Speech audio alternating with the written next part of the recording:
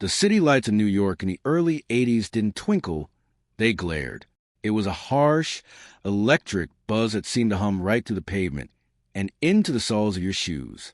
For a young man named Keanu, this noise was the soundtrack of his life. He wasn't a star back then. He was just another face in the crowd, another drifter moving through the thick, smoky air of the city, carrying everything he owned in a duffel bag slung over one shoulder. He had moved around a lot as a kid. Schools, houses, and countries changed constantly, so getting used to a new place was something he knew how to do better than most. But this was different. This was the hunger for a dream. He wanted to act, but the path to an audition was never a straight line.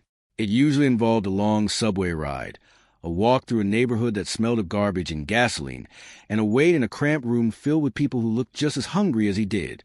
One afternoon, he found himself sitting on a metal folding chair in a hallway outside a casting office. The air inside the building was stale, recycled too many times through an old vent that rattled every time it kicked on. He looked at the other people waiting. They were reading scripts, muttering lines to themselves, checking their reflections in compact mirrors. Keanu just sat there, his knees bouncing slightly with nervous energy. He wasn't rehearsing. He was just trying to stay calm. When his name was finally called, he didn't stride into the room with confidence. He walked in, gave a small nod, and did his best. Sometimes they smiled. Mostly, they just looked bored and told him they would call. They never called. After another rejection, he would step back out onto the street.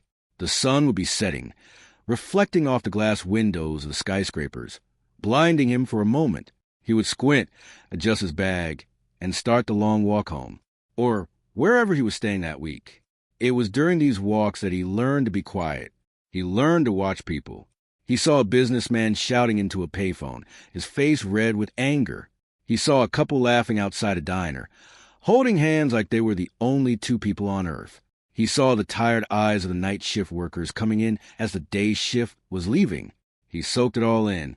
He realized that life wasn't about the big moments you saw in movies. It was about these small, jagged edges of reality. Eventually, he packed his bags again and headed west. Los Angeles was a different kind of beast. The sky was bigger there, a wide, open blue that seemed to go on forever, but the heat was heavy. It pressed down on you like a blanket. He found a small, cheap place to live. It wasn't much, just a room with a bed and a window that looked out onto a brick wall. But it was his. He didn't have furniture, so he sat on the floor to eat his dinner. He lived on canned soup and cheap pasta because every penny he earned from working odd jobs, stuffing envelopes, sharpening skates at a rink, went toward acting classes. He loved the acting classes. It was the only place where he felt he could take all the confusion he felt about the world and put it somewhere, but it was also frustrating. He was tall and gangly, moving with a loose-limbed energy that some teachers found hard to place. They told him he was too intense for comedy and too loose for drama. They tried to put him in a box, but he didn't fit. He spent hours practicing in front of a mirror, trying to control his face, trying to stop his hands from flying around when he talked. He wanted to be good. He didn't want to be famous. He just wanted to be good enough to work. One evening, after a particularly long day of running around the city going to auditions that went nowhere, he found himself exhausted. It was that kind of tired that makes your bones ache. He drove his old car, a beat-up Volvo that had seen better days, to a quiet spot on the edge of a hill overlooking the city. He turned off the engine, and the world went silent. He got out and sat on the warm hood of the car. The air was dry and cool, the kind of night that makes you feel lonely even if you aren't alone. Below him, the grid of Los Angeles was lighting up. Millions of lights, representing millions of people. He took a bite of a sandwich he had bought from a convenience store. It was dry. The bread was a little stale, but he ate it anyway. As he chewed, he looked out at the sprawling ocean of lights. He thought about the friends he had left behind, the family members who were scattered across the continent. He thought about the agents who had hung up on him and the directors who had looked right through him. A heavy feeling settled in his chest, but he didn't cry. He just sat there, feeling the vibration of the engine cooling down beneath him. He realized that he was completely on his own. There was no safety net. If he fell, there was no one there to catch him. But as he sat under the harsh glare of a nearby street lamp, he also felt a strange sense of peace. He looked at his hands, his rough, callous hands, and made a promise to himself. He promised that no matter how hard it got, no matter how many times they said no, he would keep going.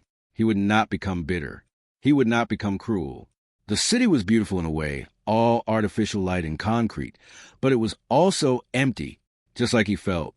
But he decided that night, sitting on the hood of that car under the starless sky, that he would fill that emptiness with work. He would build a life out of nothing if he had to. He took a deep breath of the dry air and finished a sandwich. He wasn't a star yet. He was just a young man with a dream that felt too big for his pockets, ready to try again tomorrow. The fame that came with the time-traveling movie was strange. People started recognizing him on the street. They would shout that famous catchphrase at him, expecting him to laugh and say it back. Sometimes he did, just to be polite, because he knew it made them happy. But inside, he felt like the same guy who sat on the hood of his car eating bad sandwiches. The money was better, sure. He could afford better food now, and he didn't have to worry about the electricity being shut off. But the hustle didn't stop. If anything, it got louder. In the middle of all this noise, he found a tribe. There was a group of young actors who were all trying to figure out, just like him. They weren't just co-workers. They became a family. And at the center of this circle was a young man with a magnetic spirit. He had a gentle soul and intense eyes that seemed to see right to the fake glitter of Hollywood. They spent hours together in cramped apartments, sitting on mismatched furniture, talking about music, about books, and about how they wanted to use their art to tell the truth. They didn't want to be famous faces. They wanted to be artists who mattered. This friendship became his anchor. When the pressure of the industry got too much, when the scripts were bad or the critics were mean, he would go to his friend. They would play music or just sit in silence. It was a bond that didn't need words. They understood each other in a way that no one else did. They were both sensitive people in a business that could be very hard and cold. They promised each other they would never change, no matter how big they got. They were going to navigate this weird, plastic world together. Then came the night that changed everything. The air in Los Angeles was dry and crisp, typical for late October. Keanu was out, moving through the city that never really slept. He ended up at a popular club on the Sunset Strip. The place was packed. The music was so loud it vibrated in his chest. Strobe lights flashed in a dizzying rhythm, turning the room into a series of frozen snapshots. People were dancing, drinks were spilling, and the energy was frantic. It was the kind of scene that usually made him want to leave, but he was there to see his friends. He was talking to someone near the bar when the atmosphere shifted. It wasn't slow change, it was sudden. A ripple went through the crowd. The music seemed to lower, or maybe he just stopped hearing it. People started rushing toward the entrance. He saw the panic in their eyes. He pushed his way through the throng of bodies, his heart starting to hammer against his ribs. When he got outside, the scene was chaotic. The bright neon signs of the strip reflected off the asphalt. There were sirens, so many sirens, wailing in the distance and getting closer. Red and blue lights cut through the darkness, swirling against the walls of the buildings. He saw a crowd gathering on the sidewalk. He saw paramedics moving with urgent purpose. And then he saw him, his friend, the brother who had been his anchor. The world seemed to tilt. It felt like the ground had opened up and swallowed him whole. He couldn't breathe. The noise of the city, the traffic, the sirens, the people shouting, faded into a dull, meaningless roar. All he could see was his friend's face. It was a look that would stay with him forever. He didn't run. He didn't scream. He just stood there, frozen in the middle of the sidewalk. A security guard tried to move people back, but Keanu couldn't move his legs. He felt a hand on his shoulder, trying to guide him away, but it felt distant, like touching someone through a thick glass wall. Eventually, he found himself back inside the building, but not in the club. He was in a long, narrow hallway that ran behind the main room. The music from the club was a muffled thump now, like a heartbeat underwater. The air here smelled of cleaning supplies and old dust. He leaned against the wall. It was cold concrete, painted a stark, industrial gray. He looked down at his boots. There was a scuff mark on the toe. He stared at it, unable to process what had just happened. This wasn't how it was supposed to go. They were young. They had their whole lives ahead of them. They were going to grow old together, make movies together, and complain about the business together. He slid down the wall until he was sitting on the floor. It was hard and unforgiving. He put his head in his hands. He didn't cry, not yet. The shock was a blanket that numbed everything. He thought about the promise they had made to each other. He thought about the guitars they played and the dreams they shared. And now, in the blink of an eye, one of those dreams was gone. A woman walked by, looking at him with sad, fearful eyes, but she didn't say anything. She just hurried past, her heels clicking sharply on the tiled floor. The sound echoed in the empty hallway. Keanu looked up at the ceiling. There was a water stain on one of the tiles, shaped like a cloud. He focused on that stain. He focused on the humming of a vending machine at the end of the hall. He needed something, anything, to hold on to because reality was slipping away. In that hallway, under the harsh, buzzing fluorescent lights, he learned a terrible lesson. He learned that life is fragile. It can be taken away in a second, without warning, without reason. The resilience he thought he had, the ability to just keep going, felt like it had been shattered. He sat there for a long time while the world outside continued to spin. People were still dancing inside the club. Cars were still driving on the street. But for him, time had stopped. The silence in his heart was louder than any siren, heavier than any city noise. He was alone in a way he had never been before, and he knew that nothing would ever be the same again. The boy who sat in the car, dreaming of the future, was gone, replaced by a man who understood just how painful the future could be. He stood up slowly, his legs feeling weak, and walked toward the exit sign glowing red at the end of the hall. He didn't know where he was going, but he knew he had to keep moving, even if it felt like he was walking through a nightmare. After the darkness of losing his best friend, light finally found a way to break through again. It came in the form of a woman who was an artist, someone who saw the world in colors and shapes just like he did. They met at a party, but it wasn't the loud, fake kind of Hollywood gathering. It was a small get-together where people actually talked. She was quiet, with a gentle smile that made him feel like he could breathe again. They fell in love slowly and deeply. It wasn't a whirlwind romance for the tabloids. It was a real connection between two people who liked to sit on the couch and read scripts or go for long drives where the only sound was the engine and the wind. For the first time in a long time, Keanu felt hope. The heavy cloud that had been following him since the death of his friend started to lift. Then came the news that changed everything again, but this time it was supposed to be happy. They were going to have a baby. He was going to be a father. He threw himself into this new role with the same dedication he gave to acting. He read books about parenting. He talked to the baby growing inside her, his voice low and full of wonder. He bought a house, a real place with garden.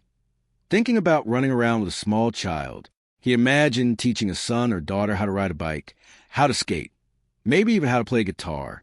The future, which had seemed so scary and uncertain just a few years ago, suddenly had a shape. It had a purpose. But life has a way of twisting when you least expect it. The day the baby was supposed to arrive, the hospital room was too bright. The walls were painted a soft, pale color meant to be calming, but to him, it felt sterile and cold. There were machines beeping in rhythmic patterns, monitoring heartbeats and breathing. The doctors and nurses moved with efficient, professional steps, their faces masked, their eyes serious. He stood by the bed, holding her hand, squeezing it tight, trying to pour all his strength into her. Then the beeping changed. The rhythm broke. The medical team moved faster. A hushed urgency filled the room. He was asked to step back, step aside. He stood in the corner, watching the frantic but controlled movements. He felt helpless, small. The minutes stretched out, feeling like hours. When the doctor finally turned to him, the look in his eyes said everything before he even spoke a word. The baby was gone, born still. Silence filled the room where there should have been a cry. He didn't shout. He didn't rage against the unfairness of it. He just felt a hollowness open up inside him, vast and empty. He walked over the bed and wrapped his arms around his partner. They held on to each other, the only two people in the world who knew the specific kind of heartbreak.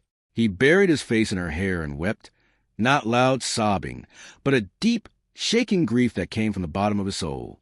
He had wanted to protect this child so much, and he couldn't. Leaving the hospital that day was the hardest walk of his life. He walked through long, white corridors that seemed to go on forever. The floor was shiny linoleum, reflecting the harsh fluorescent lights from above.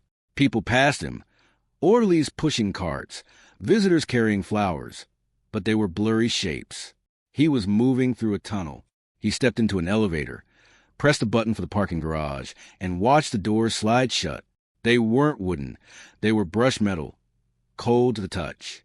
In the reflection of the elevator doors, he saw his own face. It looked pale, older. The grief didn't go away. It settled into his house, into the nursery they had painted. He and his partner tried to support each other, but grief is a lonely thing. It pulls you in different directions. Eventually, the weight of it was too much for their relationship, and they parted ways. It was a quiet breakup, full of sadness but no anger. They were just two broken people who couldn't fix each other. A few years passed. He threw himself into work again, using action movies and physical stunts to exhaust his body so his mind could rest. He was famous now, one of the biggest stars in the world, flying on private jets and walking red carpets. But he still felt that quiet loneliness. Then the phone rang. It was news he never wanted to hear. His former partner, the mother of his child, the woman he had once planned a life with, had been killed in a car accident. He was thousands of miles away, working on a movie set. When he heard the news, the world didn't stop spinning like it does in the movies. The sun kept shining. The crew kept moving equipment around. Someone was asking him about a script change, but he couldn't hear them. He just nodded and walked away. He found himself in a quiet corner of the studio, sitting on a plastic crate. The ground was dusty and hard. He looked up at the sky. It was a clear blue day without a single cloud. It felt wrong. The world should be gray. The sun shouldn't be shining. He felt like he was cursed, like anyone he loved too much was taken away from him. He flew back for the funeral. It was a small, private affair. Afterward, he didn't go to a wake or a gathering. He couldn't face the sympathetic looks, the whispers, the people saying, "I'm sorry," over and over again. He needed to be alone with his thoughts. He ended up in a hospital hallway, not because he was sick, but because it was the only place that felt quiet enough. The waiting area was empty.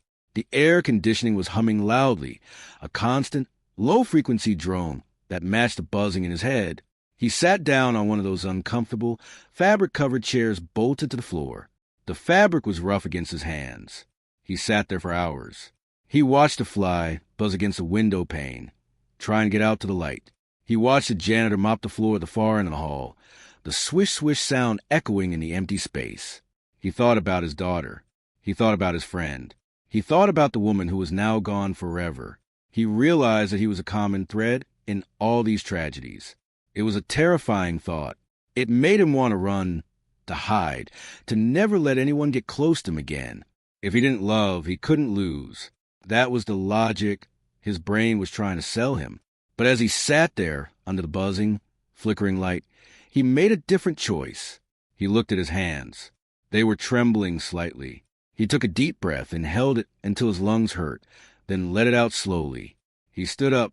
His legs felt heavy, like they were made of lead, but they held him up. He walked out the hallway, past the nurse's station, where a few people were chatting quietly about their weekends. He walked out of the automatic sliding glass doors and into the parking lot. The sun was beginning to set, casting long shadows across the pavement. He didn't know how he was going to keep going. He didn't know how the heart could hold so much pain and still keep beating. But he knew he had to. He wasn't going to let the sadness turn him into a hard, bitter person. He decided that day, sitting in that plastic chair, that he would honor them by being kind, by being good.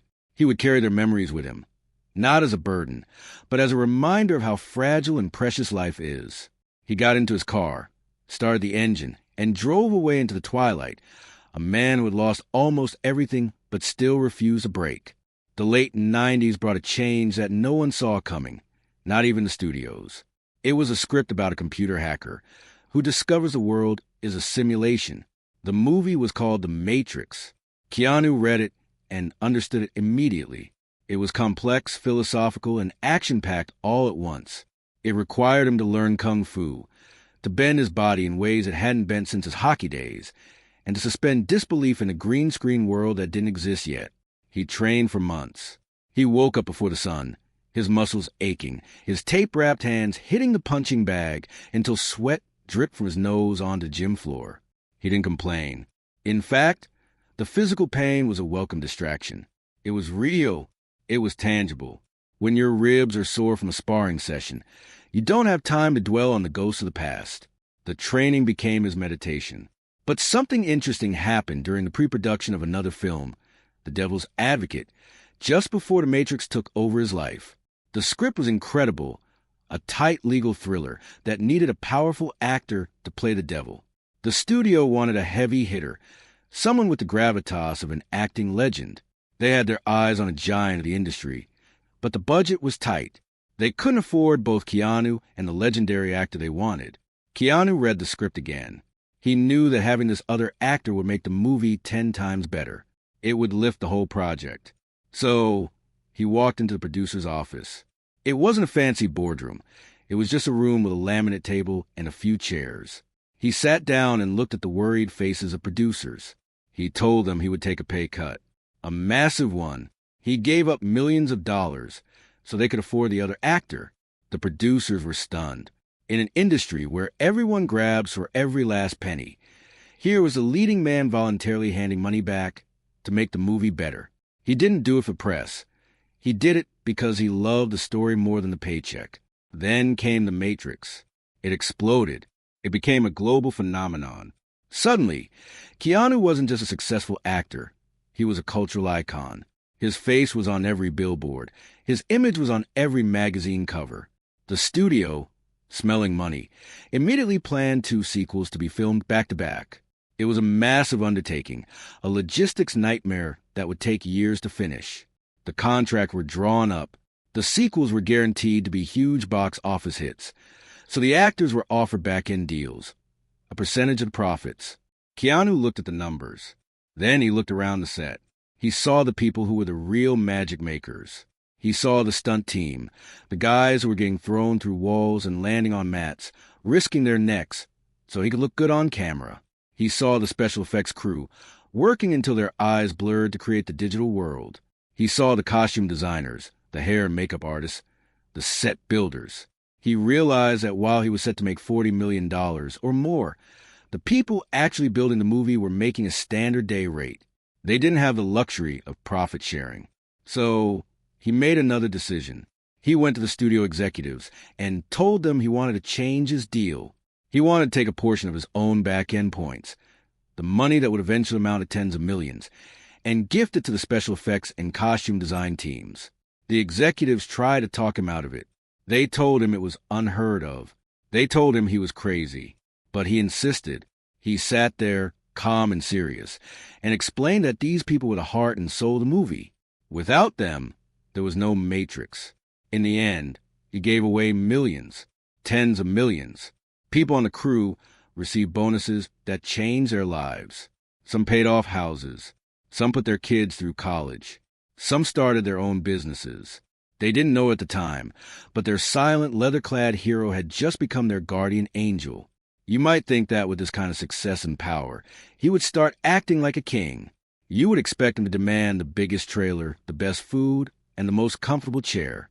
But if you walked onto the set during those years, you would find the opposite. He didn't have a luxury trailer with a lounge and a personal chef. He had a modest room, or sometimes he just didn't use it at all. Lunchtime was the most telling part of the day. The main cast usually had a private tent with catered meals and comfortable seating. Keanu was rarely there. Instead, he would grab a paper plate from the craft service table. He would pile it high with whatever was being served, maybe a burger or some pasta, and he would look for a place to sit. He didn't want a velvet chair. He would find a plastic crate, an equipment case, or just a patch of bare concrete on the soundstage floor. He would sit with the grips, the lighting technicians, and the drivers. He would eat with them, his long legs stretched out, listening to their stories. He asked about their families, their hobbies, their weekends. He laughed at their jokes. He was just one of the guys. He didn't want to be put on a pedestal. He wanted to be in the trenches with the people who were doing the work. He had realized something profound during his years of suffering. He realized that stuff, money, fame, fancy objects, doesn't mean anything. It can't fix a broken heart. It can't bring someone back. But what does matter is people, connection, kindness. He had lost so much that he no longer feared losing things. He didn't need a safety net of cash because he had already survived the worst life could throw at him. So he used his resources as a tool for good. He became known as the guy who bought breakfast for the whole crew every morning. He was the one who noticed a production assistant struggling to lift something heavy and would rush over to help, ignoring the fact that he was a star of the movie and the PA was paid to move things. This behavior wasn't a PR stunt. There were no cameras recording it. It was just who he became. The tragedy had stripped away his ego. He was raw and real. He understood that everyone on that set was fighting a battle he knew nothing about. So he tried to make their load a little lighter. He bought Harley-Davidson motorcycles for the stunt team he rode, with as a thank you at the end of the grueling shoot. He was resilient, but not in the way people usually think. Resilience isn't just about bouncing back to who you were before. It's about transforming into someone new. He transformed his pain into generosity. He took the emptiness left by the losses and filled it with gratitude for the people around him. He was no longer just an actor playing a hero. On the dusty concrete floors of the movie sets, surrounded by kung fu wires and camera tracks, he actually became one. The sun was usually high and bright when he visited the house where his sister lived. It wasn't a cold, sterile place like the hospitals he had spent too much time in years before. It was a warm, cozy home filled with books and soft blankets. For a long time, the battle against leukemia had been the central focus of their lives. It was a fight that lasted for over a decade, a slow, draining marathon that tested the spirit in ways that action movies never could. On this particular afternoon, the light was streaming through the sheer curtains, casting long, golden beams across the living room floor. The air inside smelled of chamomile tea and fresh laundry. Keanu was in the kitchen. He wasn't rushing. He wasn't looking at his watch. He was carefully preparing a tray. He knew exactly how she liked her tea, warm, not too hot, with a slice of lemon on the side. He moved around the counter with a quiet grace, his years of martial arts training evident in the way he held his posture, even while doing something as simple as pouring water. He carried the tray into the living room. His sister was resting on the sofa, propped up by pillows. She looked tired, her energy levels low from the treatments, but her eyes lit up when she saw him. They had a bond that went deeper than just brother and sister. They were the two constants in each other's lives, the ones who had survived the chaotic moving around of their childhood together. He set the tray down on a coaster and sat on the floor beside her, leaning his back against the sofa, so his head was close to hers. They didn't talk about movies. They didn't talk about scripts or paparazzi. They talked about nothing and everything. He told her a funny story about a pigeon he had seen outside the deli that morning. He read to her from a book she was halfway through. He smoothed the blanket over her legs when she shivered, even though the day was warm. In this room, with the dust motes dancing in the sunlight, he wasn't a global superstar. He was just a younger brother taking care of his big sister. He used his money to make sure she had the best doctors, the most comfortable care. But what he gave her that afternoon, his time, his patience, his gentle presence, was worth more than any paycheck. Leaving the house was always the hardest part of the day. He walked out the sliding glass door into the backyard. The grass was dry and brittle under his boots, typical for the California climate. He took a deep breath of the hot, dry air and walked toward the driveway where his motorcycle was parked. Riding was his other form of meditation. It wasn't about escaping reality. It was about being completely present in it. He swung his leg over the seat and kicked the engine to life. The machine roared to life between his legs, a powerful, vibrating beast that he controlled with absolute precision. He put on his helmet, the visor down, sealing himself off from the world, but opening himself up to the road. He pulled out onto the canyon road. The scenery was a blur of dusty browns and muted greens. The wind whipped at his jacket, but he didn't mind. On the bike, he had to focus 100% on the road. One slip in attention, one moment of distraction, and it could be over. That focus forced his mind to clear. He couldn't worry about his sister's health. He couldn't think about the people he had lost. He had to watch the next turn, feel the traction of the tires, and shift his weight at exactly the right moment.